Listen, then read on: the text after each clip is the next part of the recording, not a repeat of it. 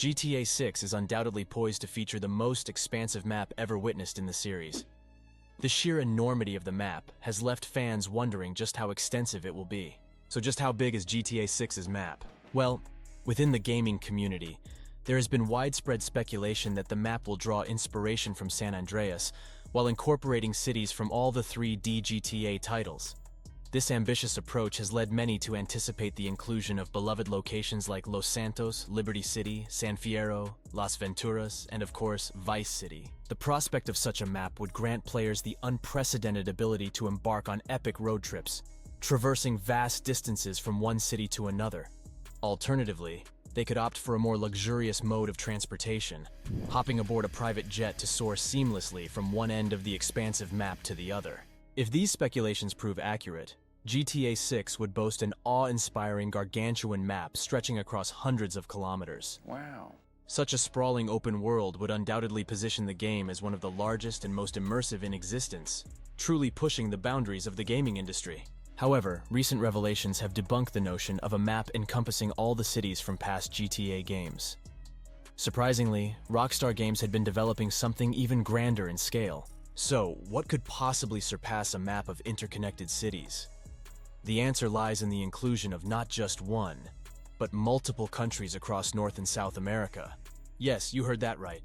Rockstar's ambitious project, codenamed Project Americas, initially aimed to transport players to a sprawling game world spanning not just a single continent, but two. This ambitious endeavor would have allowed players to explore a vast array of countries, including the United States, Mexico, Brazil, and potentially more. The idea of journeying through diverse landscapes and experiencing varied cultural influences created immense anticipation among fans. While initially dismissed as mere rumors and fabrications, the credibility of these claims gained significant weight with the emergence of a comprehensive report from Bloomberg. Drawing from information provided by reliable insiders within Rockstar Games, the report substantiates many of the long-held speculations surrounding GTA 6 and Project Americas. The investigation reveals that several locations were indeed considered for the game, lending credibility to the notion of an expansive game world. However, it also indicates that certain aspects of the original vision were toned down during the development process. According to the report, GTA 6 is confirmed to primarily take place in Vice City, with the game featuring areas in and around Miami, Florida, which served as the inspiration for Vice City in the previous installment. While locations outside the United States remain a possibility, they may not be as prominent as initially envisioned. Furthermore, the report suggests that GTA 6 will adopt a novel approach by continually introducing new cities even after the game's initial launch, ensuring a dynamic and evolving experience for players. To summarize, while the initial speculation of a map containing all past GTA cities proved not to be true, Rockstar's ambitions for GTA 6 surpass these expectations with the concept of Project Americas, a game world spanning multiple countries across two continents. Though certain aspects were scaled back, the confirmed setting of Vice City and the potential inclusion of additional cities promise an exciting and expansive gameplay experience. While the official reason behind the exclusion of additional countries from GTA 6 remains unknown, it is reasonable to speculate that time constraints played a significant role, as well as the reduction of crunch at Rockstar. Crunch is the gaming industry's name for excessive overtime work, which Rockstar was famous for.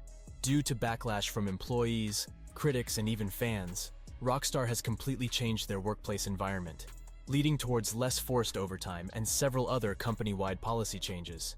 Many game developers can attest to just how bad crunch can be, but Rockstar was on a whole other level. During the development of Red Dead Redemption 2, their developers were often forced to work 20-hour shifts for weeks at a time, with maybe a day off here and there.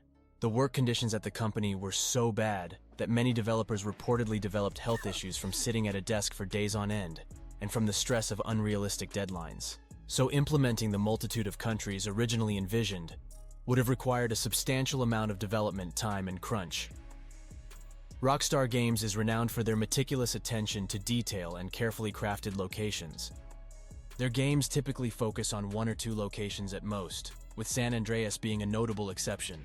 This deliberate approach allows Rockstar to infuse their games with a wealth of immersive and captivating elements within a more contained package. The care taken in designing each location is evident, as they strive to make them distinct and unique from one another.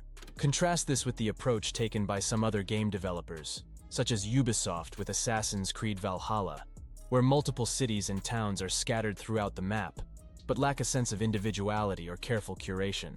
Rockstar's dedication to creating immersive worlds ensures that each city in their games, such as Liberty City and Los Santos, possesses its own distinct atmosphere, culture, and style. Vice City, for example, has always embraced a more vibrant and eccentric vibe compared to other locations, while Liberty City has always had a gritty feel to it. This attention to detail extends to their other popular titles, like the Red Dead Redemption series, where life in bustling cities like Saint Denis contrasts starkly with the slower-paced existence in small rural towns like Valentine. Rockstar's commitment to making each location feel like a unique microcosm with its own set of problems, culture, and style is a hallmark of their exceptional game design. Considering these factors, it is likely that Rockstar did not want to compromise their ability to create distinct and immersive locations within GTA 6 by spreading their resources too thin across multiple countries. They also had to take more time to develop specific mechanics or areas of the game, since developers now had more free time outside of the office. They likely aimed to deliver a game that maintained the high level of quality and attention to detail that players have come to expect, while also meeting the deadlines set for its release. It's been 10 years since the last GTA game, and 5 years since the last Rockstar release, so the idea of delaying GTA 6 for several years was likely not on the table for Rockstar. As a result, they made the decision to scale down the game and focus on delivering a more manageable project. So, what can players expect from GTA 6? As mentioned earlier, while the game's primary setting is Vice City, Rockstar intends to include locations outside of Vice City, and even outside of the United States, albeit not as prominently as initially envisioned. The bulk of the game's content will unfold in southern Florida, with the possibility of some areas in North Florida as well. Fans have compiled a map based on leaks and speculations, showcasing various locations scattered throughout the state. These locations encompass not only Miami, but also Homestead, the Florida Keys, and even Panama City, which lies on the opposite side of the state. Drawing from the approach seen in Red Dead Redemption 2, players can anticipate a mix of larger cities and smaller towns in GTA 6. Similar to the structure of San Andreas, which featured 3 major cities, Los Santos, San Fierro, and Las Venturas, separated by smaller towns, Rockstar is likely to adopt a similar framework. Therefore, players can expect the game to feature 2 main cities, with Vice City being one of them. The other city, according to leaked information, could potentially be named Port Gellhorn, although it is speculated to be based on Port Charlotte, located on Florida's west coast. It's possible that it's named after the city, but is a fusion of Port Charlotte, Fort Myers, and Tampa. To gauge the potential size of GTA 6's map, let's take a look at the historical progression of Rockstar's open-world games. Starting with the original Vice City released in 2002, the map was relatively small, spanning only about 9 square kilometers, or 3.52 square miles. At the time, this was significant given the limitations of the consoles it was designed for. 2 years later, San Andreas raised the bar with a map size of 38 square kilometers, or 14.75 square miles.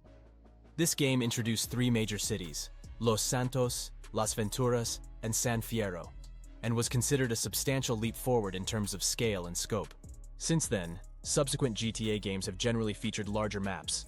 However, the focus shifted from multiple cities to a single expansive city with surrounding areas. The exception to this was GTA 4, which had a smaller map than San Andreas, with Liberty City covering around 16 square kilometers, though only half of that was playable land area.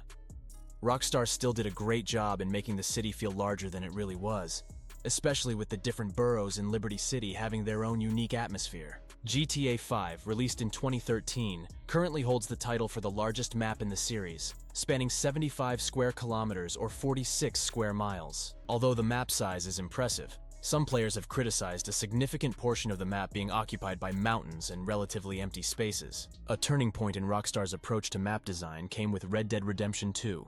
Its map covered 75 square miles and was meticulously crafted with various towns, settlements, and natural landscapes. The game's map felt more alive and purposeful, making traversal and exploration engaging and immersive. With this trend of expanding map sizes, it's reasonable to expect GTA 6 to follow suit, potentially surpassing the 100 square mile mark. If external locations beyond Vice City are included as rumored, the map could become even larger. However, it's important to note that the size of the map alone does not necessarily guarantee a better gaming experience. The quality of the design, the density of activities, and the level of detail within the world are crucial factors that contribute to an engaging and immersive gameplay environment. All of this leads to my next point. Given the expected size and demands of GTA 6, it's highly likely that the game won't be released on the previous generation of consoles, such as the PS4 or Xbox One. This decision, while a tough one for Rockstar Games, would be in line with delivering the best possible experience for players. As games have become increasingly advanced, developers have often had to make compromises in order to release games on both old and new consoles. This has resulted in different versions of games, tailored to the capabilities and limitations of each console generation. A prime example is NBA 2K23, where the game on last-generation consoles differs significantly from the one on PS5, essentially creating two distinct versions of the same game. This approach is also one of the factors that contributed to the troubled release of Cyberpunk 2077, as the development team had to navigate the challenges of developing for PC, last-gen, and next-gen consoles simultaneously. Rockstar would be wise to prioritize the new generation of consoles and forego support for the previous generation, even though it may risk alienating a portion of their fan base. Doing so would allow the development team to fully leverage the advanced capabilities of the PS5 and Xbox Series X, without having to compromise on key elements of the game. The PS4 was released around the same time as GTA 5, and the console was able to harness many of the game's mechanics that the previous generation simply couldn't handle.